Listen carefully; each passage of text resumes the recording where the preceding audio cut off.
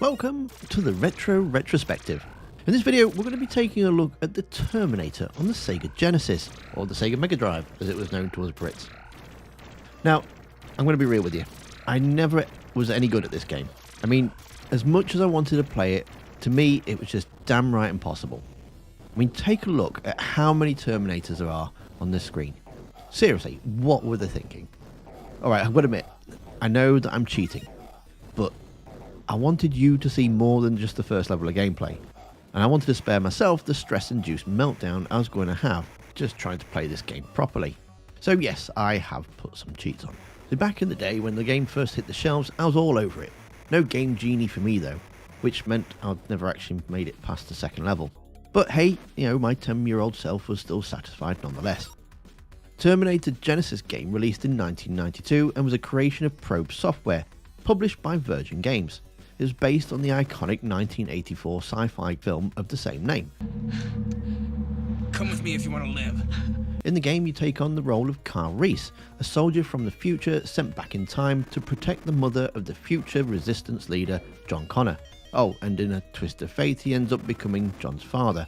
You know, all that wibbly-wobbly, timey-wimey stuff. People assume that time is a strict progression of cause to effect, but actually, from a non-linear, non-subjective viewpoint, it's more like a big ball of wibbly-wobbly, timey-wimey stuff. This game's story unfolds over 4 intense levels, each drawing key elements from the film. First, you find yourself in the future, engaged in epic battles against relentless machines and unstoppable Terminators. Then, you hit the streets, searching for Sarah Connor, while facing wave after wave of determined police officers.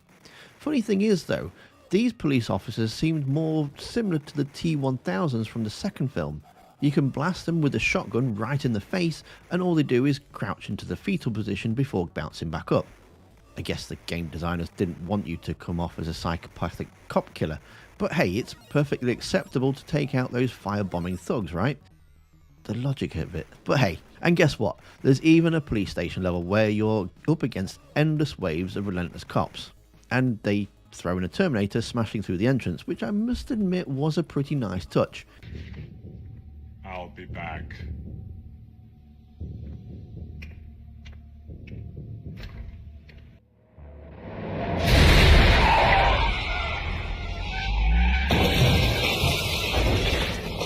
And then obviously you see him walking around. The final level is the Steel Press, where it's just you and the Terminator, but let me tell you, it gets seriously annoying when that metal beast loses its legs. Talk about a persistent enemy. Between levels you get these short text screens that try to piece the story together, and as for weapons, well, they're not very abundant. In the first level you're limited to grenades and time bombs, but then you do get a trusty machine pistol which makes everything so much easier. But brace yourself, because all you get is this ridiculously slow shotgun. And I mean, it's really, really slow. I mean, unless you crouch down and then it's all quicker, for some strange reason.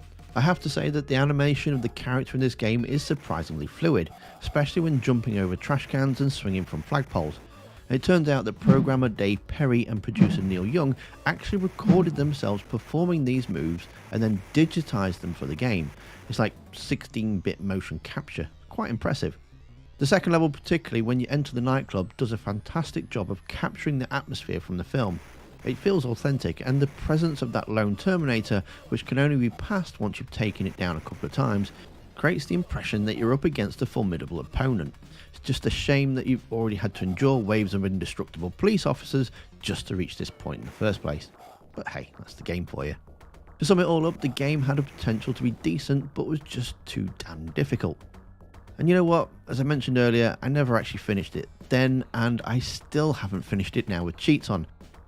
I got stuck. Maybe one day I'll finish it.